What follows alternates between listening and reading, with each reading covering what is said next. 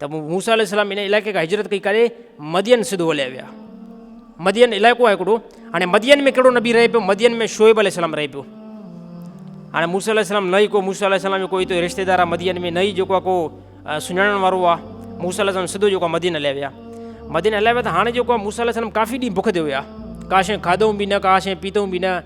पोइ हिकिड़ो जेको आहे खूह सां ईअं टेक लॻाए करे वेठा, खूह सां टेक लॻाए करे वेठा ऐं ॾिसण पिया त माण्हू जेको आहे बकरियूं चारीनि था, अहिड़ी तरह जेको आहे माल चारीनि था।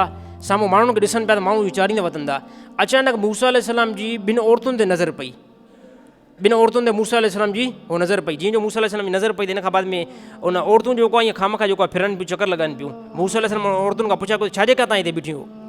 पोइ उन्हनि चयो त असां जेको आहे खूह जेको आहे न, खूह जे मथां पथर रखियलु आहे ऐं इन पथर खे 10 ॼणा माण्हू हटाईंदा आहिनि ऐं असां इन जे इंतज़ार में बीठा आहियूं ताकी असां पंहिंजी बकरियुनि खे पाणी पीआरे करे पोइ असां जेको आहे वापसि हलिया वञूं।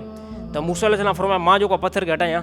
त उन औरतुनि चयो त जेको आहे न तव्हां अकेला ॼणा पथर हटाए न सघंदव, इनखे 10 माण्हू ईंदा आहिनि पोइ पथर हटाईंदा आहिनि। त मूसा अलैहिस्सलाम फरमाया मां हटाए सघां थो इनखे।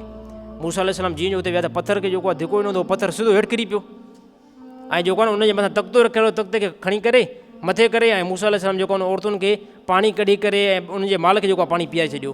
घर जीअं जो वियूं त हाणे इहे 2 औरतूं जेके आहिनि शोएब अलैहिस्सलाम जी न्याणियूं हुयूं, उनजूं जेको आहे धीअरूं हुयूं। शोएब अलैहिस्सलाम पुछा कयो त अॼु जेको आहे सवेर मोटियो आयो छाजे करे?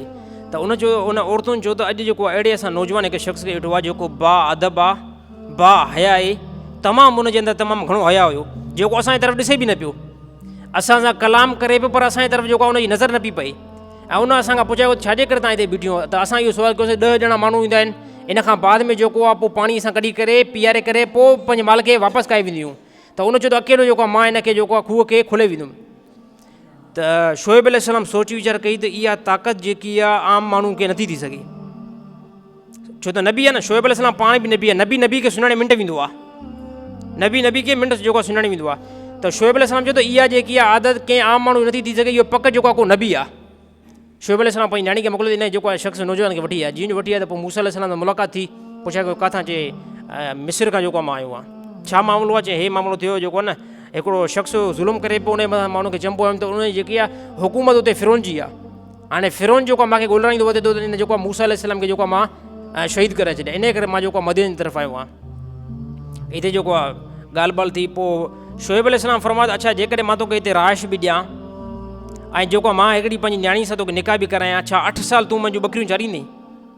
त मूसा अलैहिस्सलाम इन ॻाल्हि ते इतफ़ाक़ कयो, ठीकु आहे मां जेको आहे तव्हांजो 8 साल जेको आहे बकरियूं चारींदुमि ऐं तव्हां हिते मूंखे राइश बि ॾियो ऐं न्याणी सां शादी बि करायो। 8 साल जेको आहे मूसा अलैहिस्सलाम मुकमल कयूं। इन खां बाद में 2 साल ॿियूं बि जेको आहे चारी, 10 साल मुकमल याने बकरियूं जेको आहे चारे करे 10 साल जेको आहे टाइम रखियलु हुयो उहो पूरो कयईं। इन पूरे करण खां बाद में पोइ मूसा अलैहिस्सलाम फरमायो हाणे जेको आहे मां हितां तव्हांखां जेको आहे इजाज़त चाहियां थो, मां जेको हाणे हली वेंदुमि।